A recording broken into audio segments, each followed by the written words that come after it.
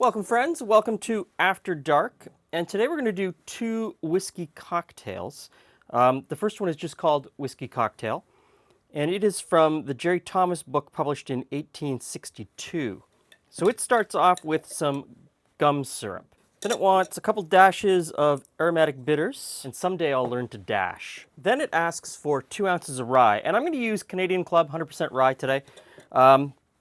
Just because this is a brand that could have potentially been on the back bar when this drink was designed. So that goes in.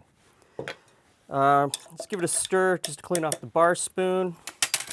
Then a lemon peel, and we shake it with some ice.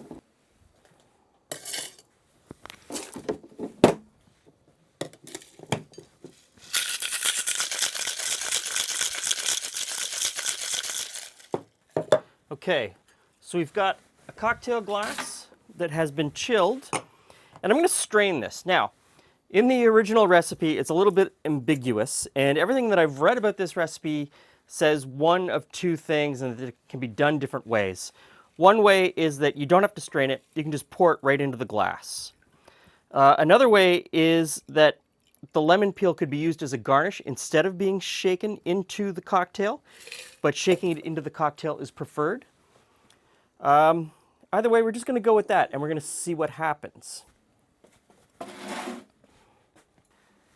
Okay, so the second cocktail is from Jerry Thomas again, this time in 1876, and now he's calling it his improved whiskey cocktail. So, a couple bar spoons of gum syrup, a couple dashes of bitters, a couple dashes of maraschino cherry, some absinthe, okay, and another 2 ounces of rye in this one as well.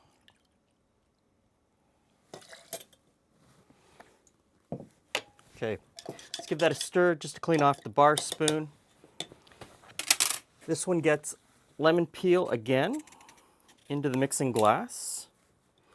And it says to shake it with shaved ice. So I've got some really crappy, cracked up ice here. Let's give it a go.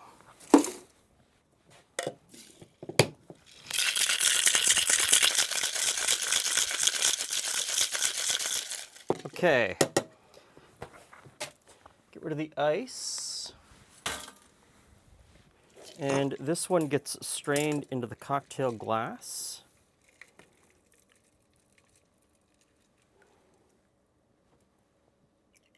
So there we have it, two whiskey cocktails. Same bartender, same author. Recipes are published 14 years apart. One is just called a whiskey cocktail, and one is called the improved whiskey cocktail. So let's try the whiskey cocktail first. Much simpler. I mean, it smells fantastic.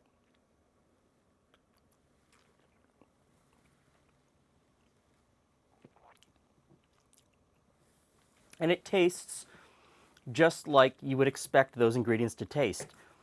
But the gum syrup really adds something to hold that flavor in your mouth.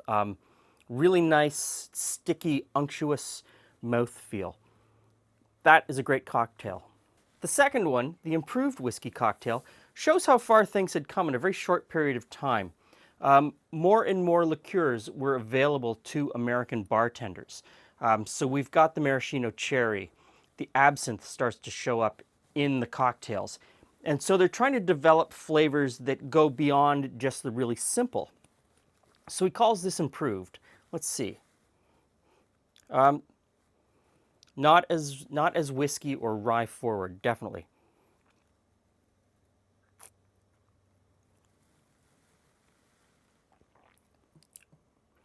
Yeah. I mean, there's a whole lot of other stuff going on in there. If you put that in front of me, I would immediately get the cherries. I would immediately get the anise from the absinthe. The whiskey and the rye is like way in the background.